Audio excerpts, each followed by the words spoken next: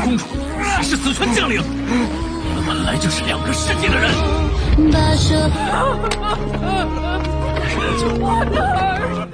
Halo semuanya, apa kabar kalian semua? Admin berdoa semoga kalian selalu baik-baik saja. Kali ini admin akan melanjutkan cerita Donghua dari Purple Reaper.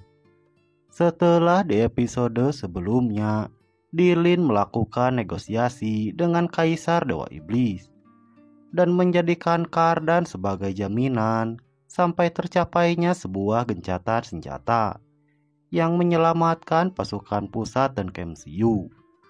Langsung saja tanpa ngoceh-ngoceh lagi, kita masuk ke ceritanya.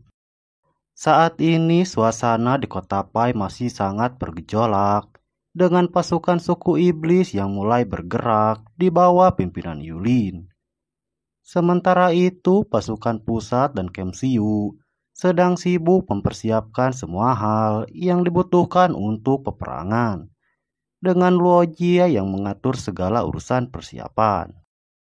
Beberapa saat kemudian Ji Chuanxiu dan Sterling datang untuk mengamati pasukan suku iblis.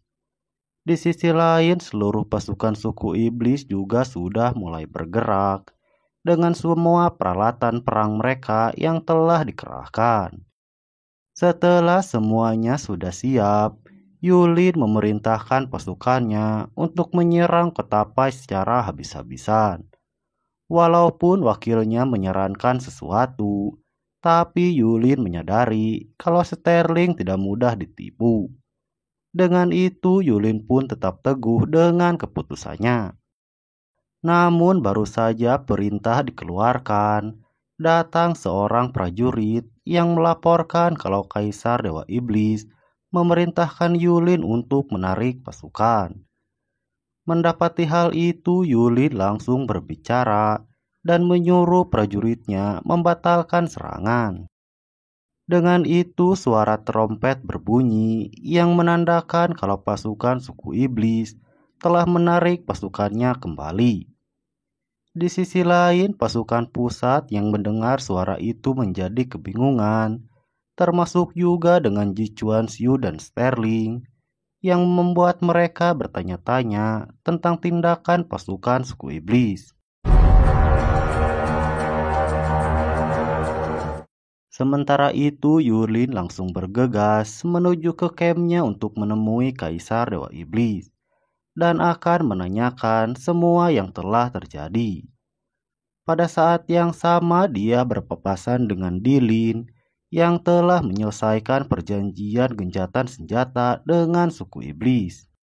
Yulin yang sedang tergesa-gesa pun ditemui oleh Heisha dan memberitahu kalau Ji Chuan mengirim utusan dan Kaisar Dewa Iblis yang telah menyetujui gencatan senjata. Heisha juga memerintahkan Yulin untuk mengambil alih kota Pai karena timur jauh yang sudah didapatkan. Sementara itu di kota Pai, Ji Chuanxiu dan Sterling terlihat lebih santai setelah pasukan suku iblis yang menarik pasukannya. Sterling yang ada di sampingnya juga bertanya-tanya tentang mundurnya pasukan suku iblis. Mendengar itu, Ji Chuanxiu hanya menjawab dengan santai dan mengatakan kalau Sterling adalah calon mantu dari Kaisar Dewa Iblis. Pada saat yang sama datang Ming Yu yang mengatakan kalau orang dari ibu kota telah tiba.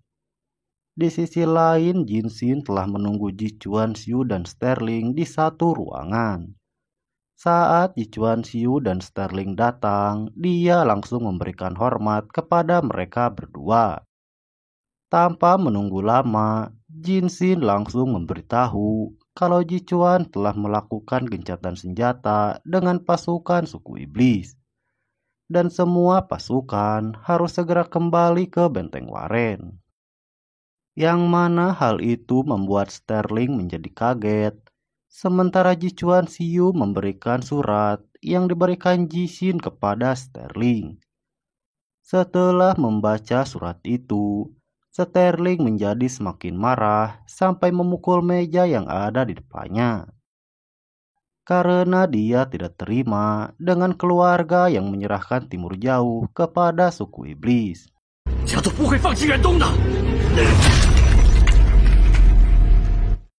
Melihat ketidakpercayaan di wajah mereka berdua, Jin Xin menunjukkan surat perjanjian gencatan senjata yang ditandatangani oleh Dilin dan pihak suku iblis. Setelah itu pasukan pusat dan Kemsiu pun keluar dari kota Pai, dengan sebagian yang membawa prajurit yang terluka. Karena dengan gencatan senjata itu juga, pasukan pusat dan Kemsiu juga dilucuti senjatanya.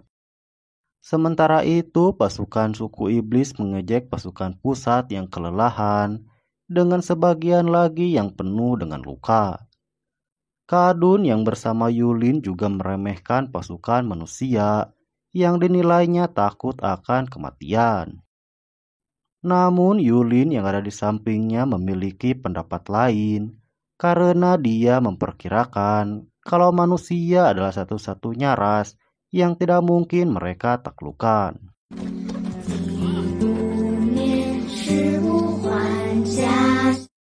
Setelah beberapa hari perjalanan, pasukan pusat dan Sterling pun tiba di benteng Waren. Sementara Jichuan Xiu dan pasukannya pergi untuk menemui kumpulan pedagang yang bekerja sama dengan dirinya. Melihat pasukan pusat yang telah kembali, Lin Bing dan pasukan Timur Jauh pun menyambut mereka dengan ramah. Lin Bing juga melihat banyak pasukan pusat yang terluka berada di barisan belakang. Di sisi lain, Dilin mengetahui kalau pasukan pusat telah kembali. Dia menyuruh Copa untuk melepaskan Kardan. Bersamaan dengan masuknya pasukan pusat ke benteng Waren, Kardan pun keluar dan dibawa pergi untuk kembali ke kerajaan suku iblis. Di dalam kereta, Kardan memegangi boneka kayu yang telah diberikan oleh Sterling. Di sisi lain, Dilin menunggu Sterling yang telah kembali dari peperangan di kota Pai.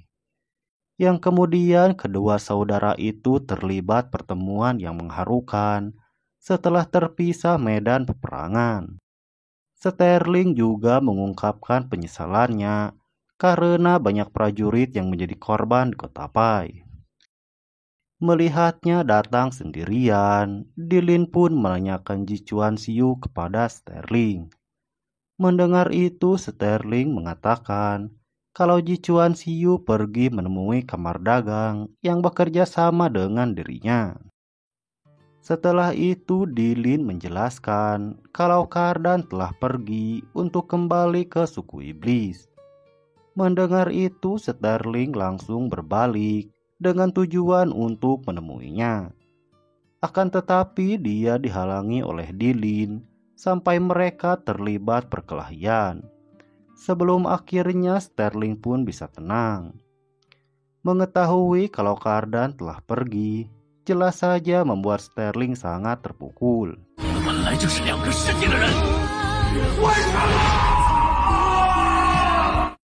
Di sisi lain, Kardan telah sampai di kota Pai.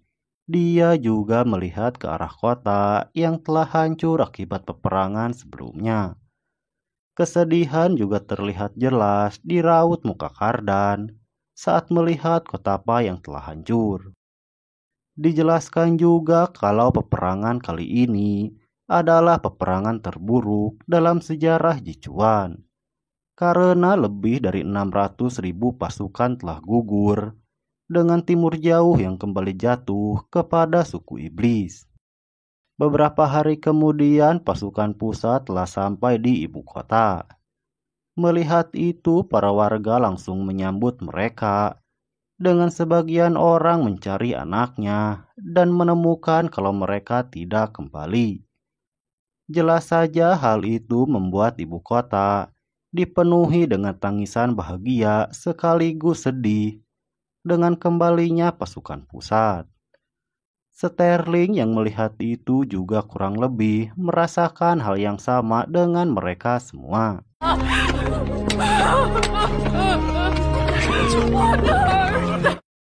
Saat Sterling sedang berjalan sendirian, dia ditemui oleh Ji Chuaning yang telah menunggunya.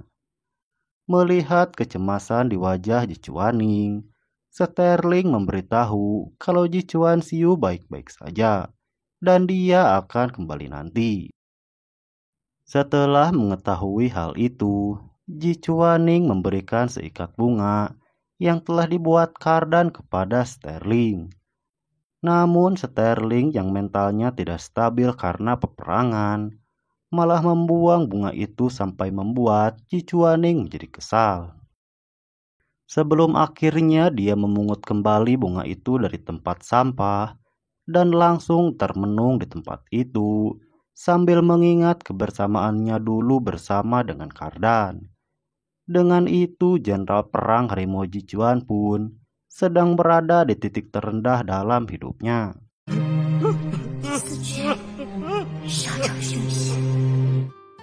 Akan tetapi, admin sendiri penasaran dengan apa yang akan dilakukan oleh Ji Chuanxiu nanti. Karena kalau dilihat dari karakternya, Ji Chuanxiu tidak akan tinggal diam saat melihat situasi seperti ini. Akan tetapi setelah itu cerita pun berakhir. Lalu apa yang akan terjadi selanjutnya? Saksikan kelanjutannya di part berikutnya. Dan pastinya hanya di channel ini ya sob. Nah, segitu dulu alur cerita Parperiper episode kali ini. Jangan lupa tinggalkan bacotan kalian di kolom komentar agar channel ini bisa terus berkembang, dan sampai jumpa di video selanjutnya.